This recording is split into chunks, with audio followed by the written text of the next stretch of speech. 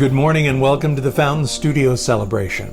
I'm excited to remind you that as we wrap up our Julian of Norwich series, we'll be joined in the studio by theologian, author, and all-around rabble-rouser Matthew Fox. Join us next Sunday, October 3rd, and again on October 10th for my conversation with our guide to all things Julian, Matthew Fox.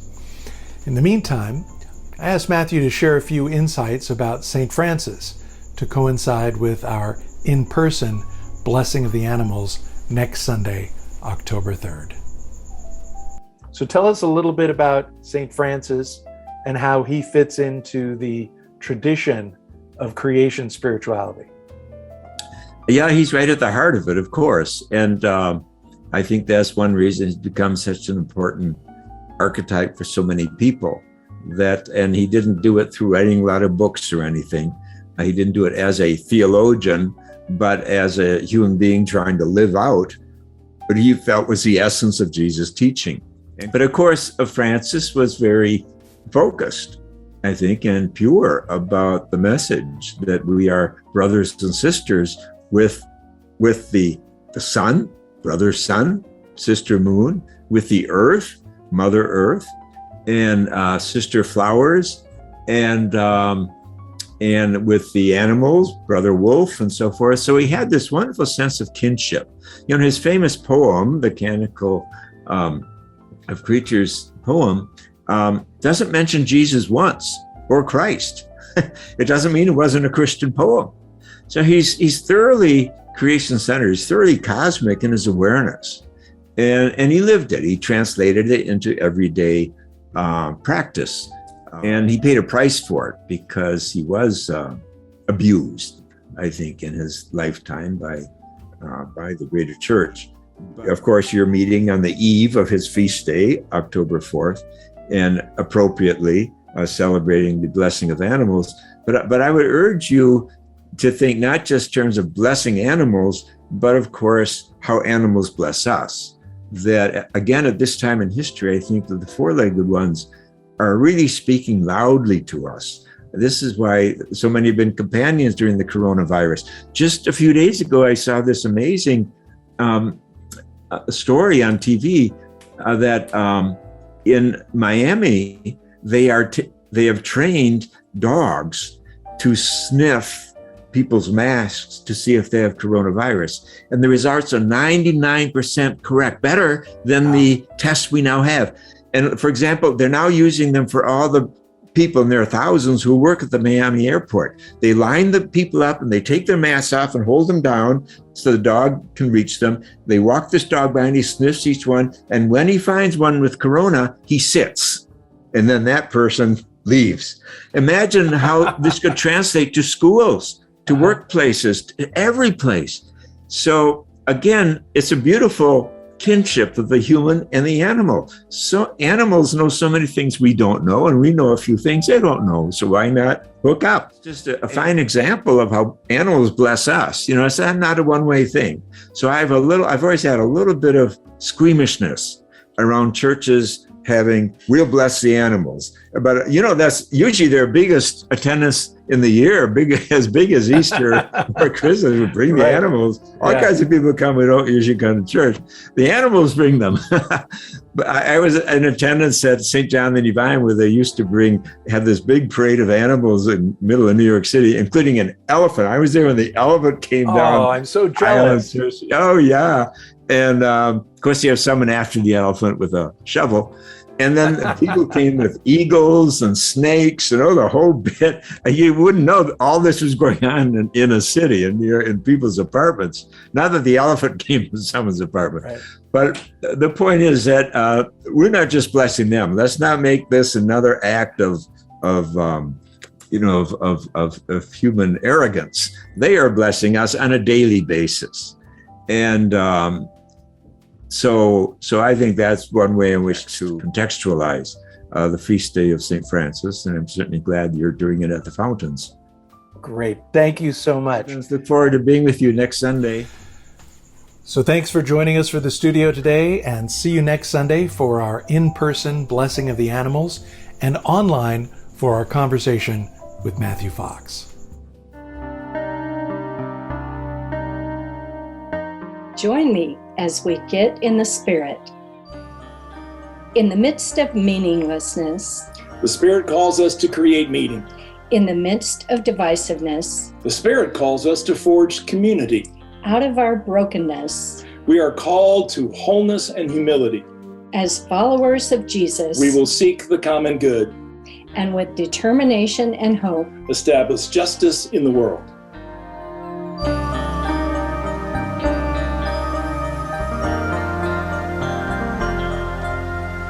All will be well, all things shall be well. This is the peace of the deep blue dream. This is the light of divinity. This is the flow of love's healing stream.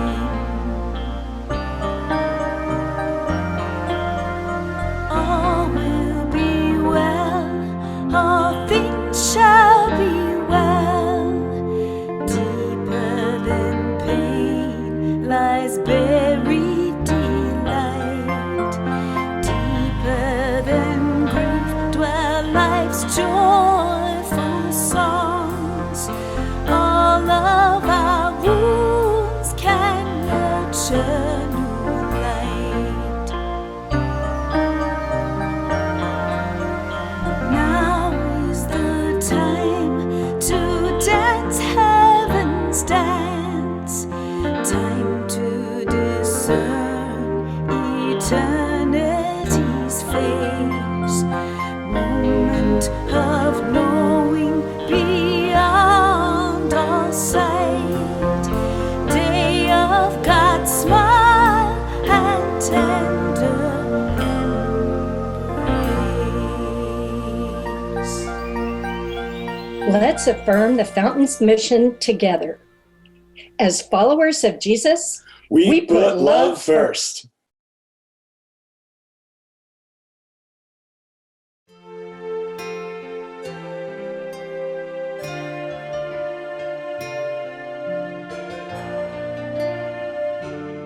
As we enter into this time of centering, I'd like to share an excerpt from Julian's Revelations of Divine Love, where she's recounting a conversation she had with Jesus, who she calls our beloved. Once our beloved said, "You will see for yourself. Every kind of thing shall be well." The divine not only pays attention to lofty and noble things, but also to things that are humble and small. There is as much care for one as there is for the other, this as well as that. We are reminded that not one little thing will be forgotten. It's as if Jesus had said, "Hold this in your heart, in faith and trust, and everything will be revealed to you in the end, and you will see it all in the fullness of joy." This is the great blessing that our beloved bestows. With those words of Julian in our ears and hearts, let's breathe deep, quiet the chatter in our minds, and hold this in our hearts. Every kind of thing shall be well.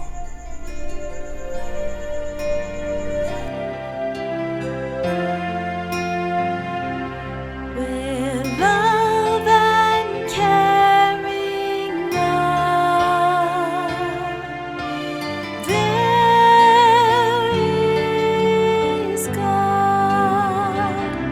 Where love and caring are, there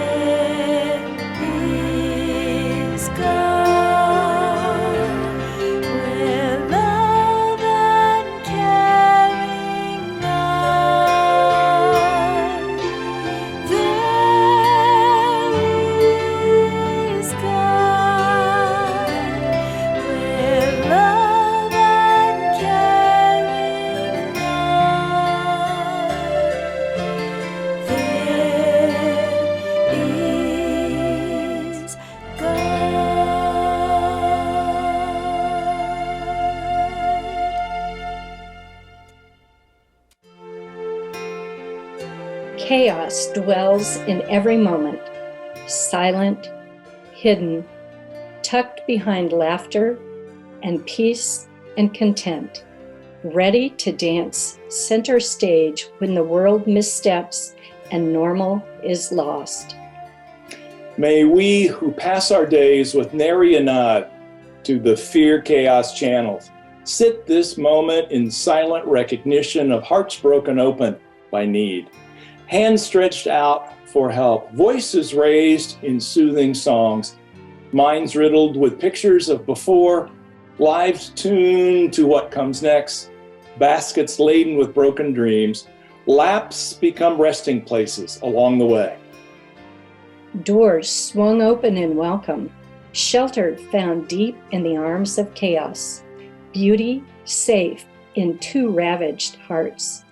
The world wielding its greatest achievement, me somewhere welcoming you, you somewhere welcoming me. May our hearts and minds be open to the presentness of the divine.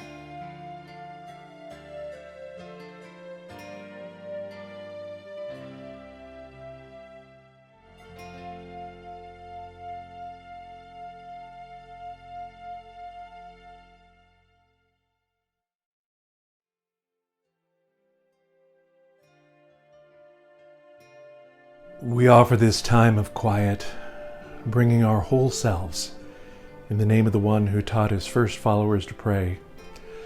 Our Father, who art in heaven, hallowed be thy name. Thy kingdom come, thy will be done, on earth as it is in heaven. Give us this day our daily bread, and forgive us our trespasses, as we forgive those who trespass against us.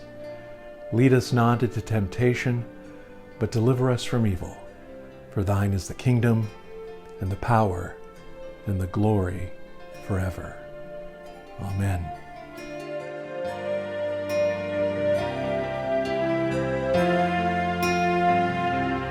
Where love and caring are, there is God. Where love and caring are, there is God. Where love and caring are,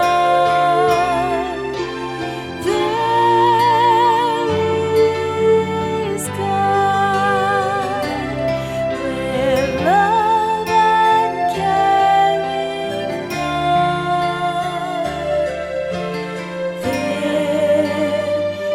are, there is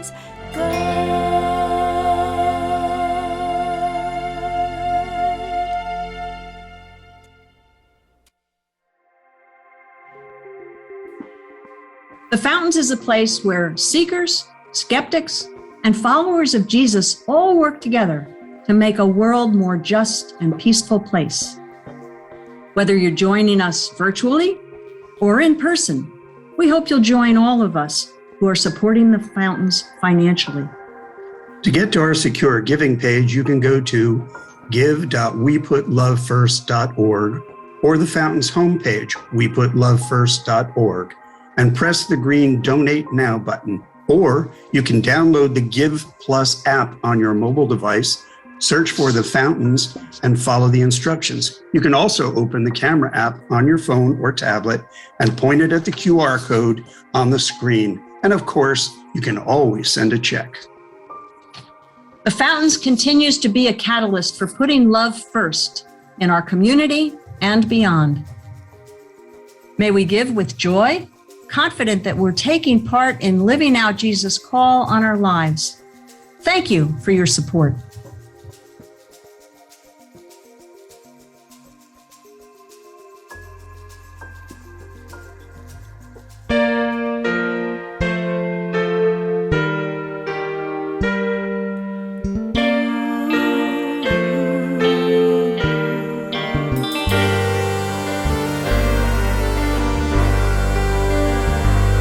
I said, Julian, you are hope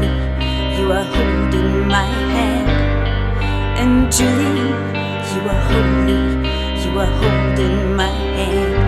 She said, all will be well, all will be well, all manner of things will be well. I said, Julie, do you not know about sorrow? And Julie, do you not know about pain? And I said, Julie, do you not know about hunger? And Julie, do you not know about shame? But she said, all will be well, all will be well, all manner of things will be well.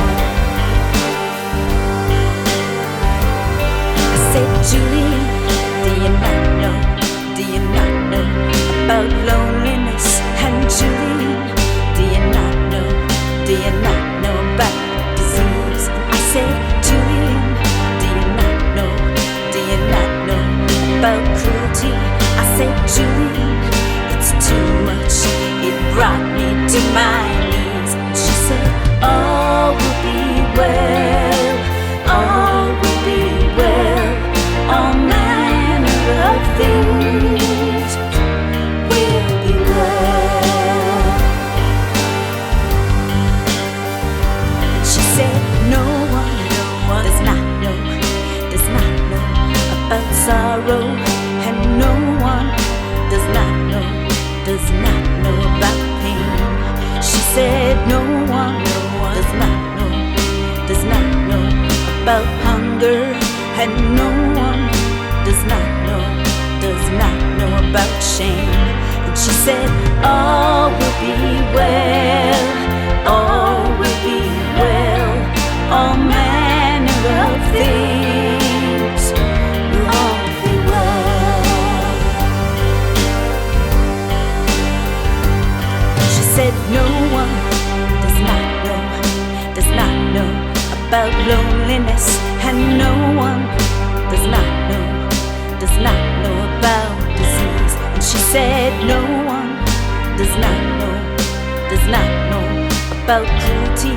She said, I know it's too much, it brought me to my knees, where I heard, all will be well, all will be well, all manner of things will be well.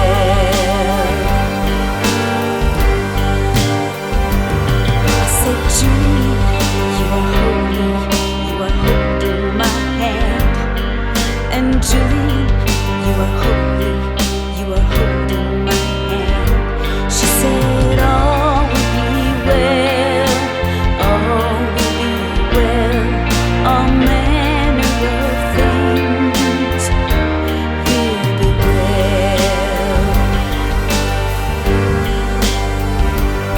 She said, baby girl, do you not know about tenderness? And baby girl, do you not know about friends? She said, baby girl, do you not know about the spirit? She said, baby girl, do you not know it's only love that never ends? And so all will be well, all will be well, all manner of things will be well. Oh, all will be well, all will be well, all manner of things will be well.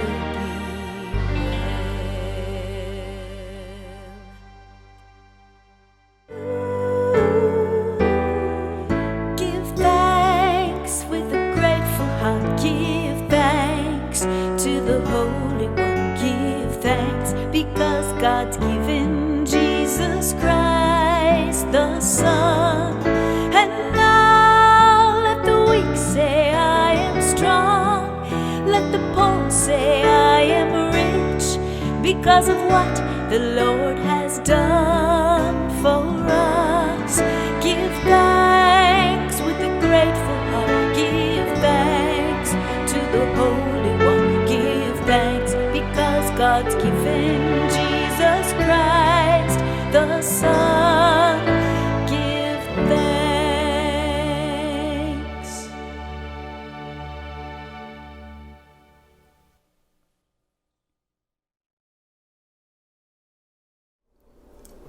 Before we even get started, let me confess.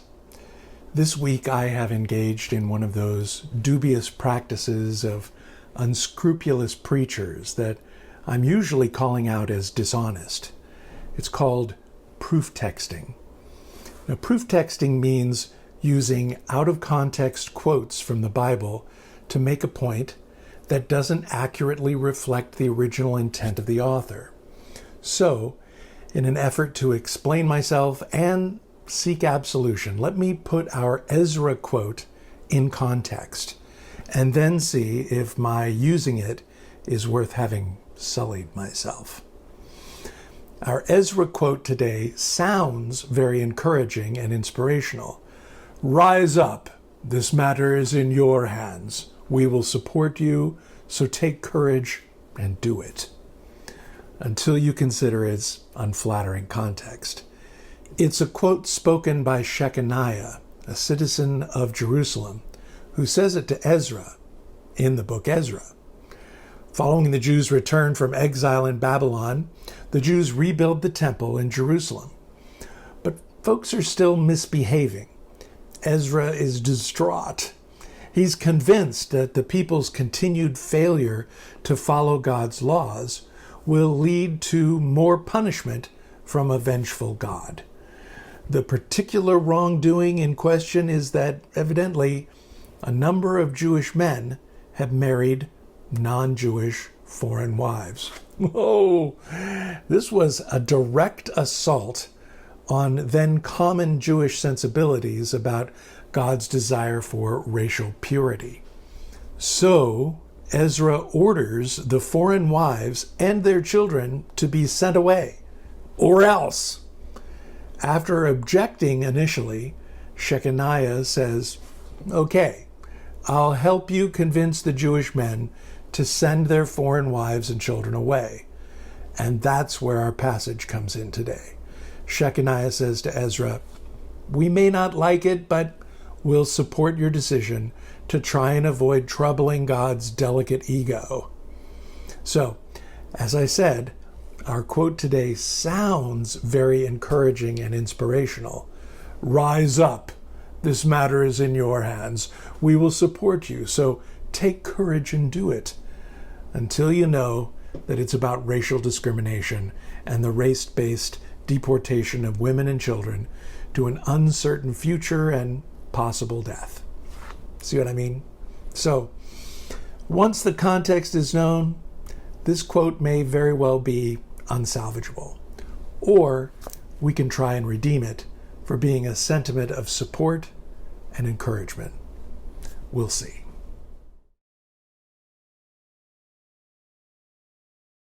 Our words of wisdom are from Ezra, chapter 10, verse 4, and Julian's Revelations of Divine Love. From Ezra, "Rise up, this matter is in your hands. We will support you, so take courage and do it." From Revelations of Divine Love. Charged with the quality of reverence and loving awe, we turn ourselves with all our might toward the actions to which we are guided. Hear what the Spirit is saying to the church. Thanks be to God.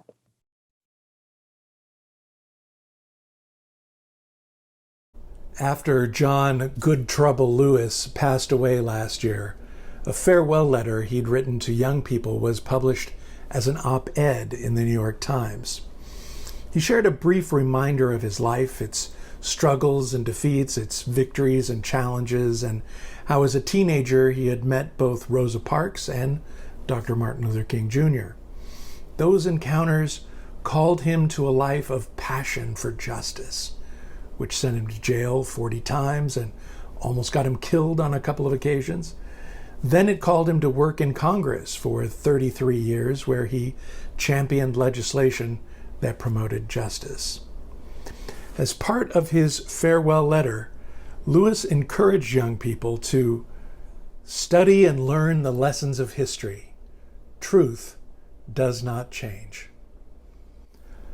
I think the wisdom of that advice has been borne out the last few months as we've studied the teachings of Julian of Norwich. Learning the lessons we have from Julian, the unchanging truths that Julian revealed 600 years ago, have offered a lot of us some genuine aha moments. In fact, the most frequent comments I've received from most of you have been variations on, where has this woman been all my life? And why have her teachings been ignored? I think most of you would agree that the fact that Julian's book was essentially ignored or intentionally suppressed for centuries does not diminish its importance. To the contrary, it begs the question, why? Why has she been sidelined for centuries? In part, her views were seen as suspicious simply because she was a woman. And what was worse, she was a deeply aware and confident woman who proclaimed a vision of spirituality that stood in stark contrast to the religious and political status quo of her day.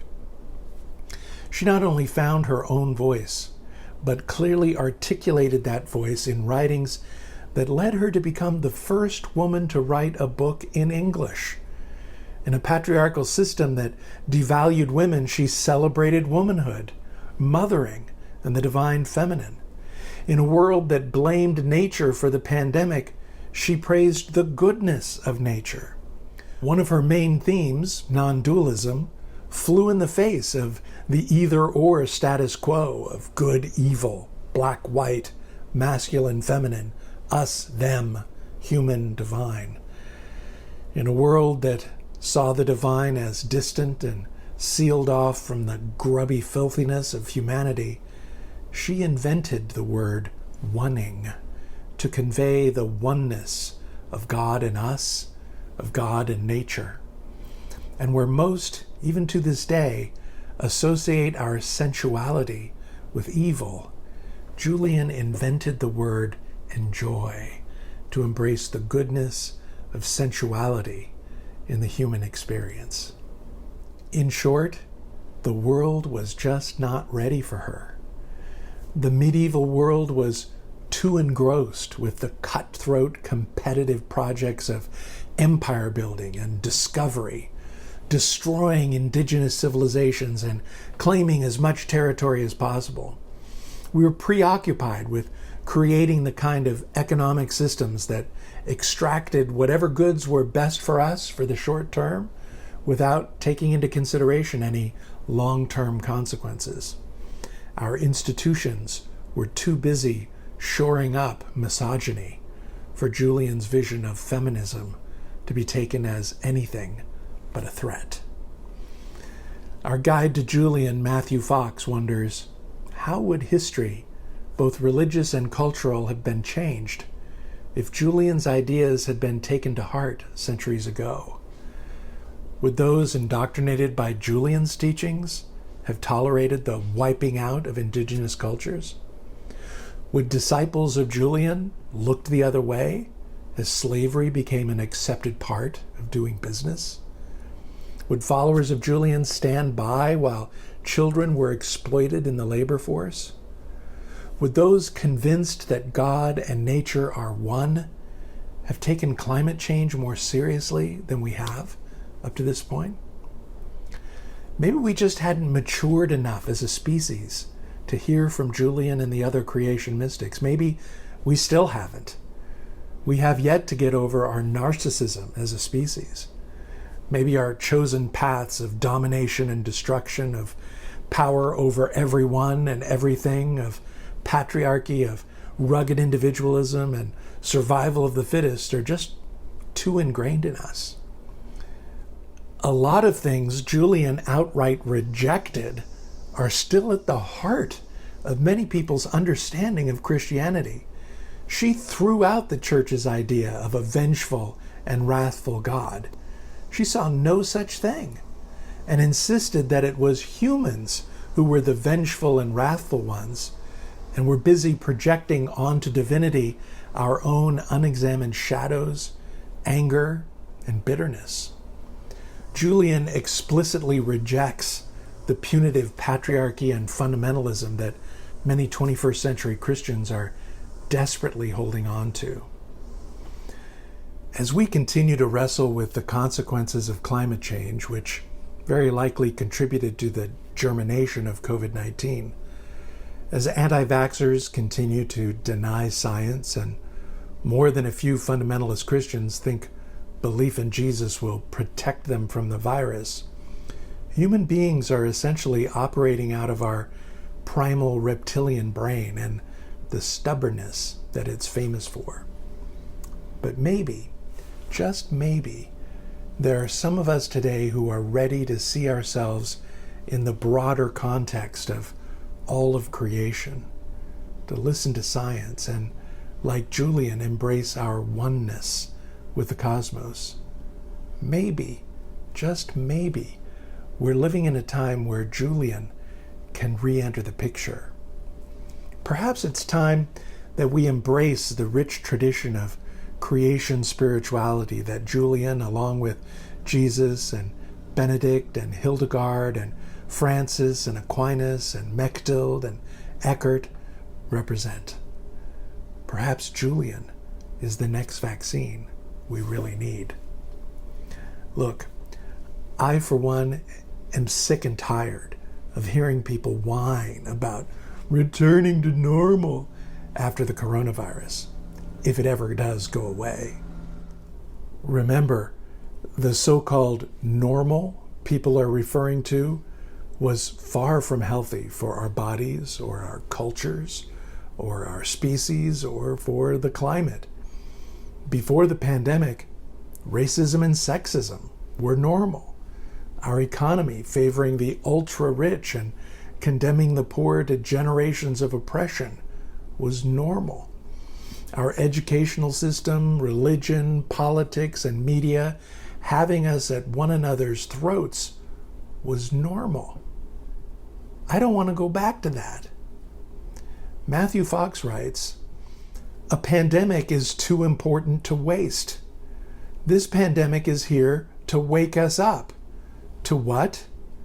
To a new normal, one that honors the sacredness of the earth and all of its life forms, one that honors the divine feminine alongside a sacred masculine, one that honors the human body and its basic needs along with the needs of the earth's body, and on that basis gives birth to a new body politic, one that does not put billionaires and the structures that create them on pedestals, one that does not elect narcissistic politicians who incarnate the very meaning of fatalistic self-hatred by watching hundreds of thousands die with a shrug of the shoulders.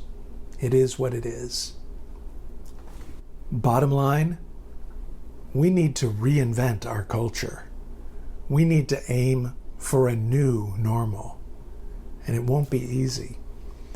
Olympic athlete Kristen Armstrong, the most decorated U.S. women's cyclist of all time, says, "Times of transition are strenuous, but I love them. They're an opportunity to purge, rethink priorities, and be intentional about new habits. We can make our new normal any way we want." But we're up against people like Shechaniah and Ezra, who are always ready to throw their weight behind things that are regressive, discriminatory, and mean-spirited. Yes, we will support harming others, so long as it guarantees my comfortable life will be uninterrupted. The question is, are we ready to purge, rethink priorities, and with Julian, be intentional about a new normal? Charged with the quality of reverence and loving awe, we turn ourselves with all our might toward the actions to which we are guided. And what are those actions? No biggies. Just the deconstruction of patriarchy, the condemnation of a punitive father god, and an embrace of a compassionate mother god. Instead of the dualism of body versus soul, masculine versus feminine, human versus nature, and us versus them, Julian proclaims unity. Instead of fear, trust. Instead of Leading with the primitive reptilian brain, she prioritizes the cooperative functions of the frontal lobe.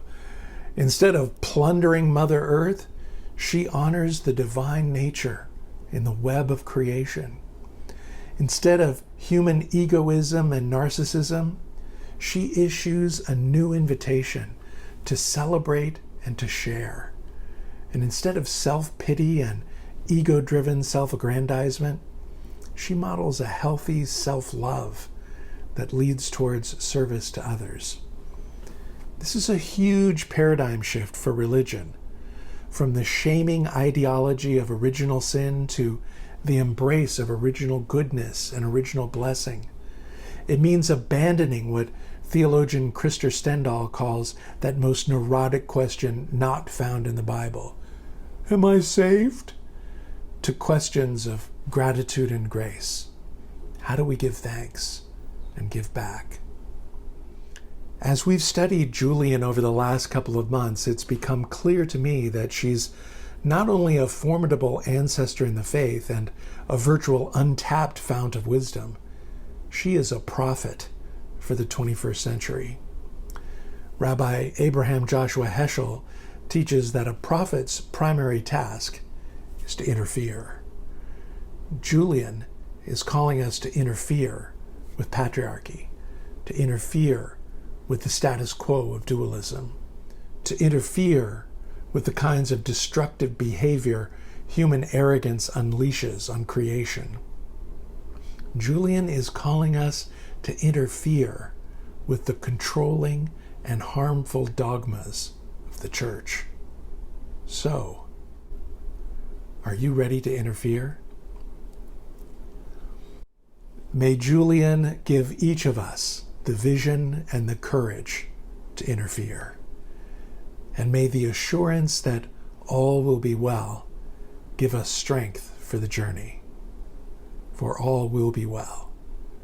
All will be well. All manner of things will be well.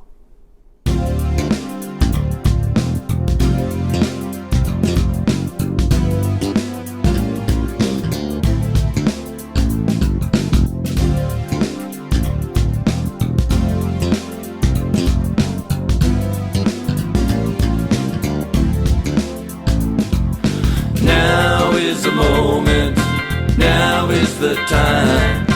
This very day there is salvation. Now is the moment, now is the time. This very day there is salvation. Don't want a heaven after I'm gone. I need a place to keep my family warm. Don't want a vision of saints robed in white. I want the blind to see the sweet morning light. Now is the moment, now is the time. This very day there is salvation. Now is the moment, now is the time. This very day there is salvation. Where God sets things right. I need a neighborhood to walk safe at night. Don't want a banquet in heaven above till no one is hungry in this world that I love. Now is the moment, now is the time. This very day there is salvation. Now is the moment, now is the time. This very day there is salvation. Now is the moment, now is the time. This very day there is salvation.